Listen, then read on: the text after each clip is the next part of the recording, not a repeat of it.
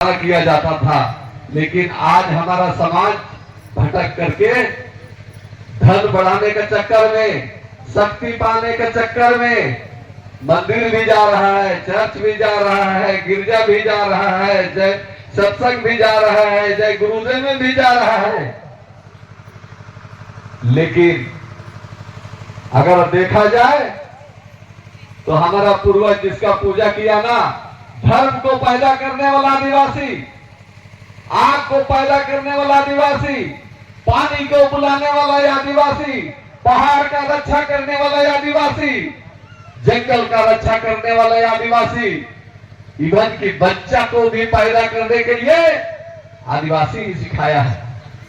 और सबसे पहले जहां कहीं भी किसी का घर में अगर वो दूसरा जाति का भी भाई है तो उसमें सबसे पहले आदिवासी का रूप लेकर के जन्म लेता है, आदिवासी का रूप में जन्म लेता है। और जिसको हमारा पुरखा आदि मानव कहा है, आदि मानव कहा, और आदि मानव के रूप में पैदा होता है। और उसका डीलाइजेशन करने के बाद में, डीलाइजेशन मतलब उसका दोगलापन करके उसको हिंदू बनाया जाता है, उसको ईसाई बनाया जाता है, उसको सिख बनाया जाता है, उसको मुस्लिम बनाया जाता है। क्या पैदा होकर के आता है वैसा? क्या नहीं आता है। इसको आज हम लोगों को समझना है। हमारे साथ तो बहुत ऐसा साधु महात्मा के साथ में डिबेट होते रहता है।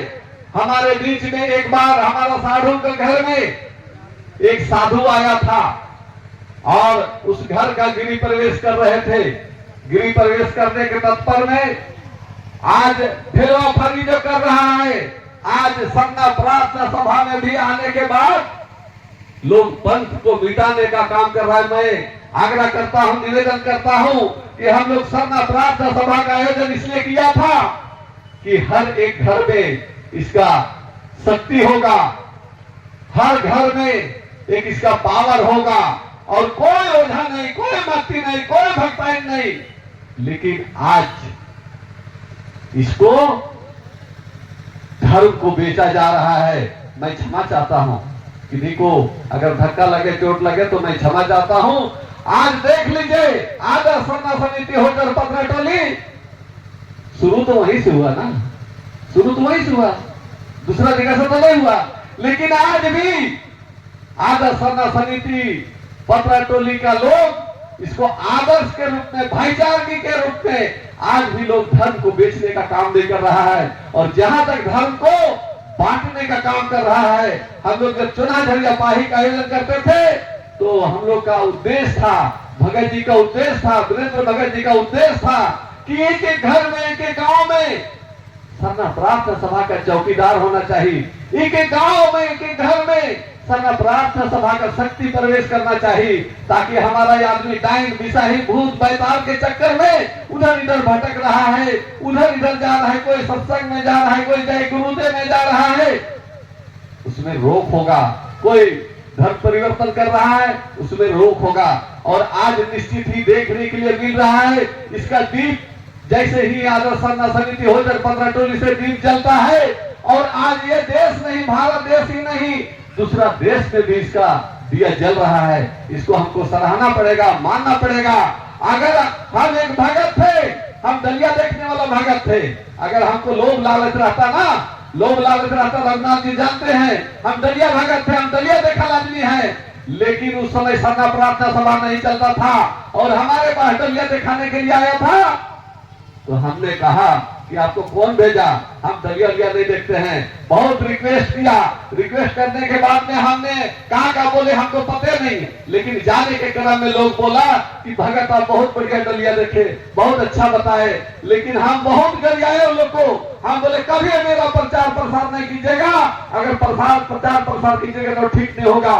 और उसके बाद हमारे आंगन में जो महादेव बोलते हैं, जो पत्थर बोलते हैं, है ना, वो सृजन हुआ था, विरजन हुआ था, उसको हमने उसका सिस्टम से उसका विदाई कर दिए और विदाई किए। और हम सरना प्रार्थना सभा उस समय नहीं चलता था। कुछ दिनों के बाद जैसे पूर्ववक्ता महावीर जी बोल रहे थे कि 2 साल किसी दूसरे का घर में सोते थे, सरना रत्न दादा वीरेंद्र भगत और कोई दूसरे घर में नहीं, मेरा ही घर में सोते थे। 2 साल हम लोग साथ में सोया और 2 साल साथ सोने के बाद में उनको किस दिन सरना मां का दर्शन हुआ, किस दिन दर्शाया, हम नहीं जान पाए। उसका गांव में फिर सरना प्रार्थना सभा करता है, उसका दीदी सपना आती है, वो बोलती है कि पता नहीं पतरा टोली में बहुत झंडा गाड़ा है दिख रहा है, और उस दिन चली गई पतुर लाने के लिए, आदमी ढांकने के लिए, और चल जाने के बाद में शाम में बोलता है कि चारे भगत के नहीं बुलाला, चारे भगत के नहीं बुलाला। तब जाकर के वीरेंद्र को कोई सूचना करता है, तब उन्होंने फोन करता है, फोन करके बोला कि आप एनी हाउ जो हालत में है उसी हालत में आप अभी आइए। और उस समय हम लोग 3 आदमी गए थे। तो हम भगत इसलिए बोल रहे हैं, यहाँ नमिता उपस्थित है। नमिता का मौसी का 12 बजे रात में बाल खड़ा हो जाता था, 12 बजे रात में नखून अपने आप बढ़ जाता था, 12 बजे रात में उसका चेहरा बनमान उसका रूप लेता था।